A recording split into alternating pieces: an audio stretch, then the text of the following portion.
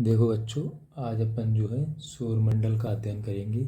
उम्मीद है कि आपको लास्ट लेक्चर पसंद आया होगा जिसमें अपन ने ब्रह्मांड को देखा था। आज अपन सौरमंडल को समझने का प्रयास करते हैं। तो पहली बात आती है, ये रेलवे के लिए क्लास चल रही है।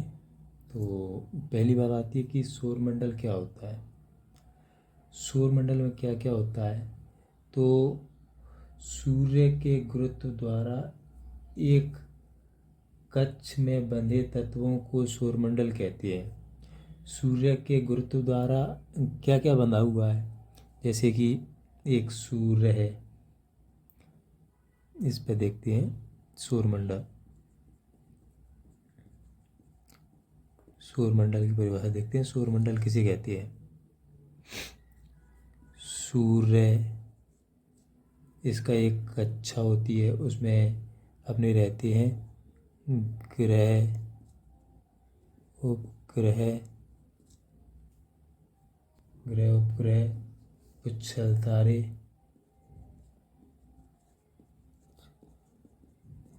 उच्छल तारे, लघु ग्रह या क्षुद्र ग्रह, लघु ग्रह या क्षुद्र ग्रह, लघु ग्रह या क्षुद्र ग्रह या उल्कापिंड या उल्का है।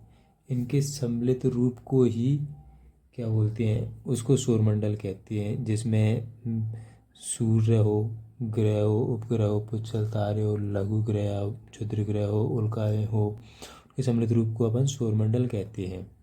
और जैसा कि आपको पता होगा, ग्रहों की संख्या जो 8 है। जो 9वां ग्रह था प्लूटो,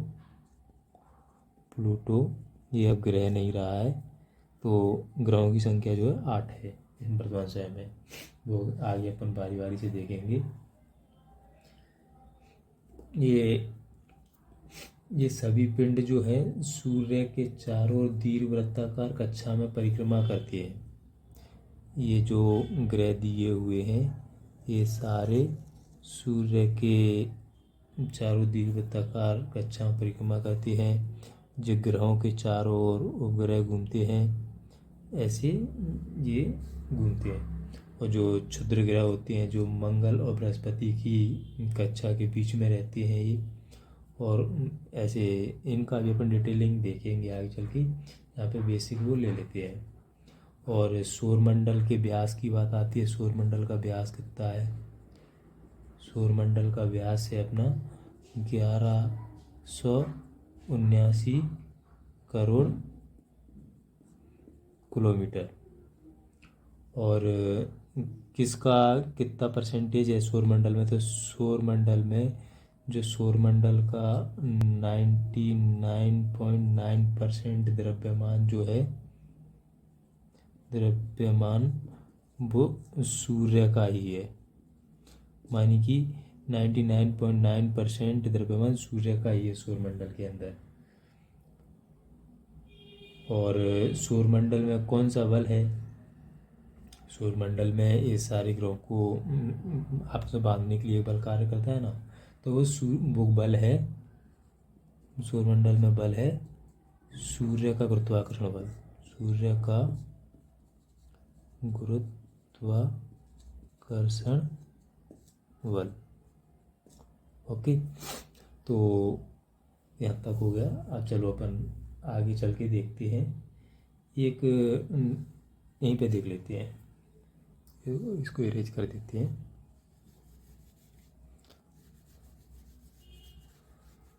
एक जो है टर्म आता है गोल्डीलॉक्स जोन, अपन उसको देखें। गोल्डीलॉक्स जोन होता क्या आगे? गोल्डीलॉक्स जोन या क्षेत्र, गोल्डीलॉक्स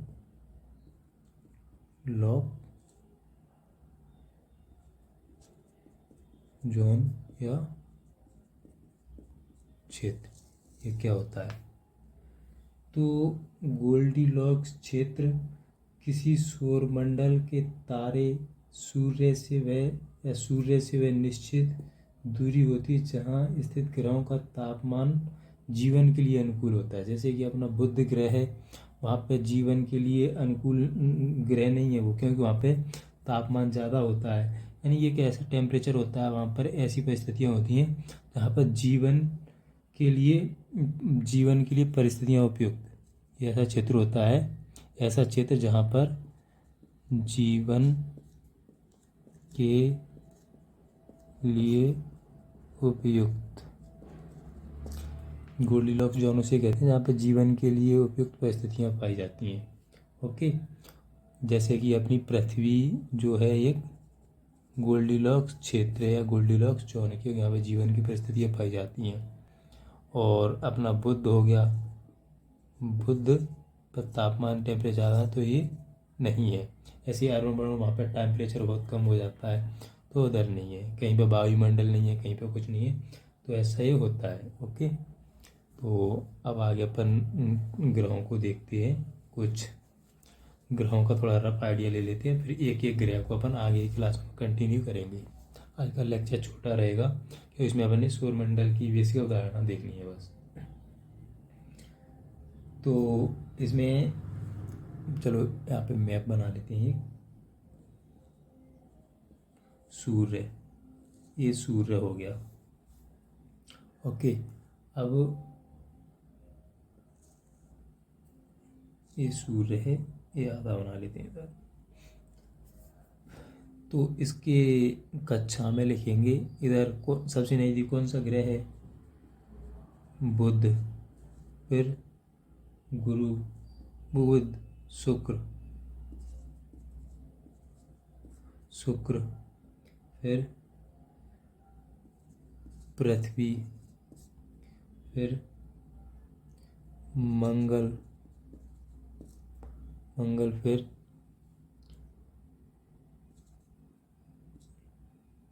बृहस्पति, फिर शनि, फिर अरुण, फिर वरुण।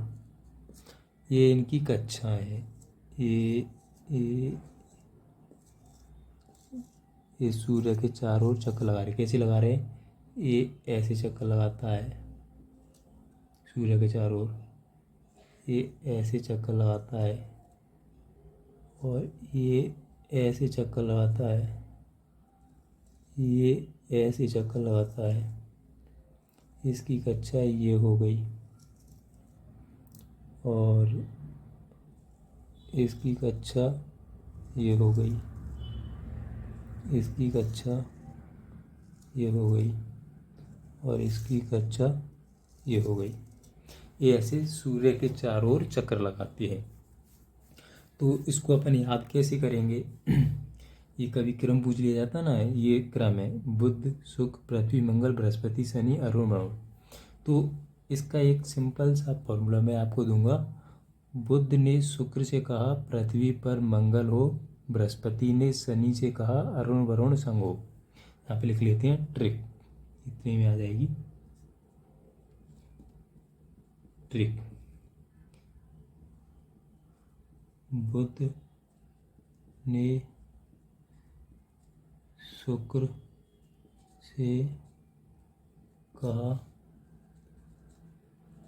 पृथ्वी पर मंगल हो, बृहस्पति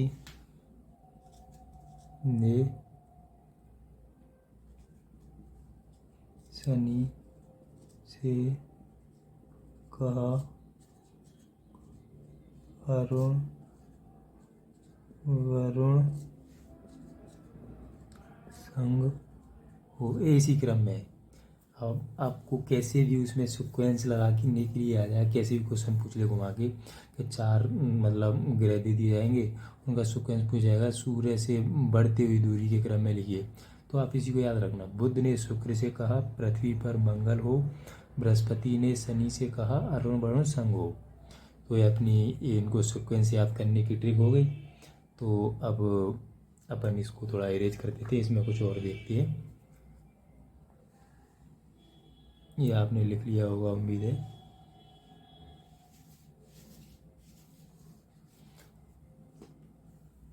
तो इसमें और देखने लायक क्या चीज़ है, हाँ, मंगल और बृहस्पति कक्षाओं के बीच क्षुद्र ग्रह की पट्टी होती है। ये जो मंगल है ना, और ये इसके बीच जो कक्षा है, यहाँ पे क्या है, क्षुद्र ग्रह की पट्टी। उसमें क्वेश्चन आता है क्षुद्र ग्रह कहाँ पाए जाते हैं, किन किन ग्रहों के बीच पाए जाते हैं, तो मंगल हो जाएगा वो, और शनि हो जाएगा। ओके बच्चा, तो आगे देखते हैं। अपने जो ग्रह है ना, ग्रह जो हैं अपने उसमें दो भागों में बटे हुए हैं। एक होते हैं पार्थिव ग्रह, एक होते हैं जोवियन ग्रह। जैसे यहाँ से लेके यहाँ तक, यानी बुध शुक्र पृथ्वी मंगल, जो सूर्य के नज़दीक के चार ग्रह हैं उनको कहते हैं पार्थिव ग्रह। पार्थिव ग्रह या भीतरी ग्रह, भीतरी ग्रह। और जो यहाँ से मंगल से लेके बृहस्पति से लेके वरुण तक होते हैं, बृहस्पति शनि अरुण वरुण, ये जो होते हैं जोवियन ग्रह होते हैं, जोवियन ग्रह या बाहरी ग्रह, बाहरी ग्रह। ओके, तो इसमें जो पृथ्वी के नज़दीक जो होता है, पृथ्वी के जो पार्थिव ग्रह होते हैं वो कौन कौन से होते हैं, बुध शुक्र पृथ्वी मंगल। और जोवियन ग्रह बाहरी ग्रह कौन से होते हैं, बृहस्पति शनि अरुण। इनके बारे में अपन डिटेल में आगे चल के देखेंगे। तो अपना यहाँ तक हो गया। ओके, अब अपन इसमें एक चीज़ और देख लेते हैं। चलो इसको इरेज कर देते हैं पहले। ओके, हाँ, इसमें एक चीज़ और देखते हैं कि जो कक्षा क्या होती है। कक्षा, कक्षा वह मार्ग होता है जिस पर सूर्य के चारों ओर ग्रह घूमते हैं। जैसे कि ये सूर्य है, इसके चारों ओर जो बुध ग्रह घूम रहा है, मंगल शुक्र पृथ्वी मंगल जो घूम रहे हैं, ये इसी को कक्षा बोलते हैं। ये कक्षा का आकार कैसा होता है, कक्षा का आकार इसका आकार मतलब होता है अंडाकार, अंडाकार। ये अंडाकार आकार में सूर्य के चारों ओर घूमते हैं। अब इसमें चलो इसको इरेज कर दें। उम्मीद है आपने लोगों ने बना लिया होगा ही। इसको इरेज कर देते हैं, फिर कुछ पॉइंट्स और देख लेते हैं, तो अपना सौरमंडल यहीं पे ख़त्म हो जाएगा। और फिर अपन चलेंगे आरआरबी के जितने भी अब तक सौरमंडल से क्वेश्चन बने हुए हैं उनको देखेंगे, वो अपन से सॉल्व हो पा रहे हैं या नहीं।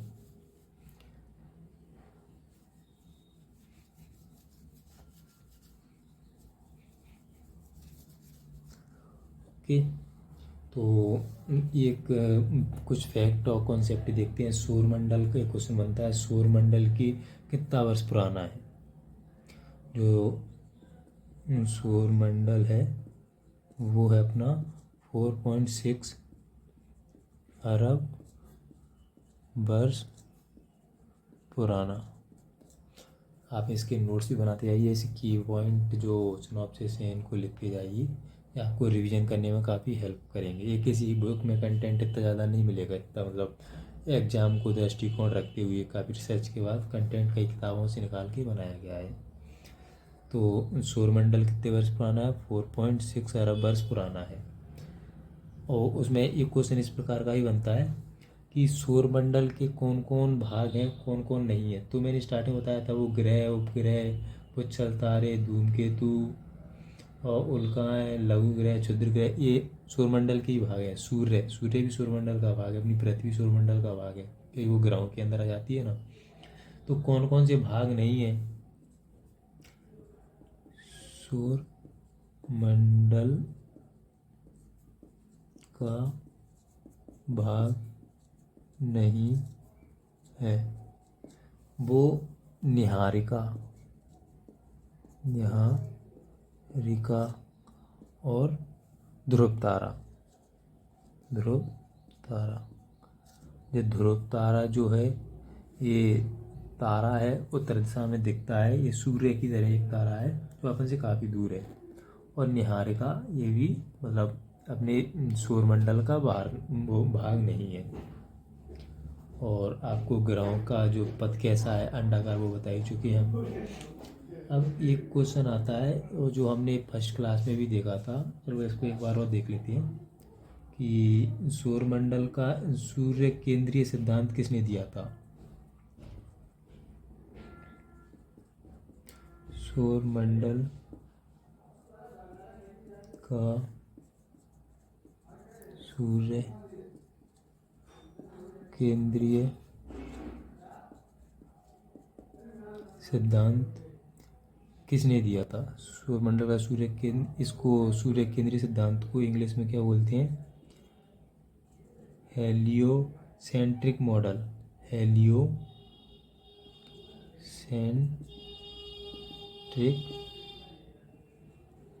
मॉडल ये किसने दिया था, ये निकोलस कोपरनिकस ने दिया था।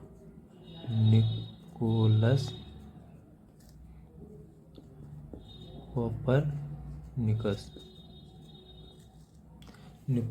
कोपरनिकस ने ये जो है सिद्धांत दिया था। और एक क्वेश्चन और बन सकता है, वो रहता है सौरमंडल मतलब किसका कहाँ स्थित है, मतलब किस उसमें गैलेक्सी में स्थित है। तो हमारी जो गैलेक्सी है, सौरमंडल जो है हमारी मिल्की वे गैलेक्सी में है। सौरमंडल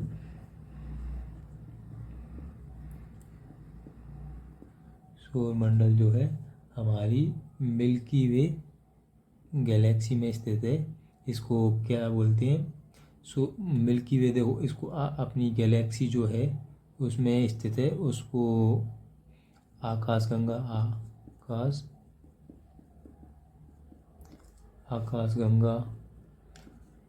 मिल्की वे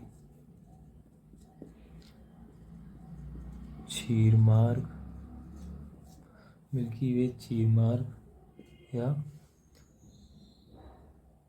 मंदाकिनी, ये हमारी गैलेक्सी को कहते हैं।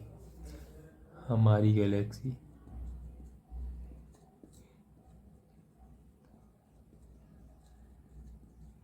ये हमारी गैलेक्सी है। इसको आकाशगंगा मिल्की वे क्षीरमार्ग मंदाकिनी ये हमारी गैलेक्सी कहती है। और हमारी गैलेक्सी में ही सौरमंडल स्थित है, यानी आकाशगंगा में ही सौरमंडल अपना स्थित है। तो अब जो है अपनी ये क्लास समाप्त होती है। आप हमारे चैनल को नाम है DS इंस्पायर एकेडमी, इसको सब्सक्राइब कीजिए, लाइक कीजिए, कमेंट कीजिए, शेयर कीजिए और ऐसे ही साथ बनाए रखिए। हम नेक्स्ट लेक्चर जल्दी ही लेके आएंगे। धन्यवाद।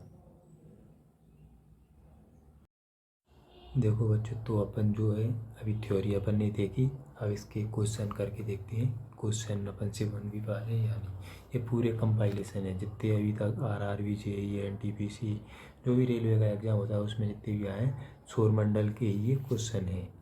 तो उस निश्चित मार्ग को क्या कहा जाता है जिस पर कोई ग्रह सूर्य के चारों ओर घूमता है, उसे क्या बोलते हैं, अभी पढ़ाया था हमने, कक्षा बोलती है उसे। ओके, और नेक्स्ट क्वेश्चन देखते हैं।